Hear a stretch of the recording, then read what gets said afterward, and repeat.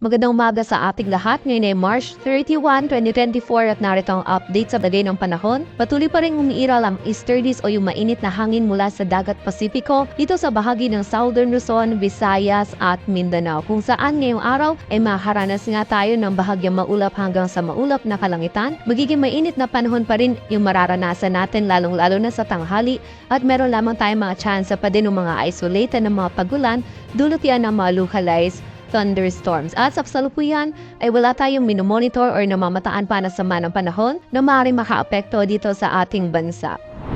At para nga sa maging lagay ng panahon ngayong araw ng linggo, ang buong bahagi ng Luzon kasama na dyan ng Metro Manila ay makaranas pa rin ng bahagyang maulap hanggang sa maulap na kalangitan. Magiging mainit na panahon pa rin po yung ating mararanasan. And also sa dapit hapon naman po or gabi ay meron din tayong posibilidad ng mga isolated at yung mga biglaang pagulan, pagkilat at pagkulog dulot yan ng mga localized thunderstorms. Agwat ang temperatura dito sa Metro Manila ay mula 24 to 34 degrees Celsius. Sa bahagi naman ng Visayas at Mindanao, maging sa bahagi din ng Palawan ngayong araw, ay makaranas din tayo ng bahagyang maulap hanggang sa maulap na kalangitan. Meron pa rin po tayo mga posibilidad ng mga isolated na mga pagulan, lalong-lalo na dito sa may area ng Eastern Visayas, dulot po yan ng easterlies at ng mga localized thunderstorms. Agwat ang temperatura sa Cebu ay mula 26 to 31 degrees Celsius at sa Davao naman ay 24 to 34 degrees Celsius. At para naman sa lagay ng dagat baybayin ng ating bansa, wala tayong nakataas na gale warning, kaya malaya makapalaot yung mga kababayan natin mga isda, pati na rin yung may mga maliliit na sasakyang pandagat. At para naman sa 3-day outlook na mga key cities ng ating bansa, in the next 3 days, bukas yan ng Lunes hanggang sa Miyerkules, ang malaking bahagi po ng Luzon kasama na dyan ng Metro Manila, Baguio City at Legazpi City ay patuloy pa din makaranas ng bahagyang maulap hanggang sa maulap na kalangitan.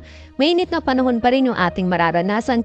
Agwat ang temperatura sa Metro Manila ay mula 24 to 34 degrees Celsius, sa Baguio City ay 16 to 27, sa Legazpi City naman ay 24 to 33 degrees Celsius. Sa bahagi naman ng Visayas, partikular na din yan sa Metro Cebu, Iloilo City at Tacloban City in the next 3 days ay generally fair weather condition pa rin po yung ating mararanasan, ngunit meron pa rin tayong posibilidad ng mga isolated na mga pagulan. Ito yung mga biglaan at mga panandali ang pagulan, pagkidlat at pagkulog dulot yan ng mga localized thunderstorms. Agwat ang temperatura sa Metro Cebu ay mula 25 to 32 degrees Celsius, sa Iloilo City ay 26 to 33 at sa Tacloban City naman ay 24 to 32 degrees Celsius. Sa bahagi naman ng Mindanao, kasama na dyan ng Metro Davao, Cagayan de Oro City at Zamboanga City in the next 3 days ay makaranas din po tayo ng bahagyang maulap hanggang sa maulap na kalangitan at meron pa rin posibilidad ng mga isolated ng mga pagulan dulot yan ng mga localized thunderstorms. Agwat ang temperatura sa Metro Davao ay mula 24 to 34 degrees Celsius, Cagayan de Oro City ay 25 to 33, samantala sa Zamboanga City naman ay 24 to 35 degrees Celsius.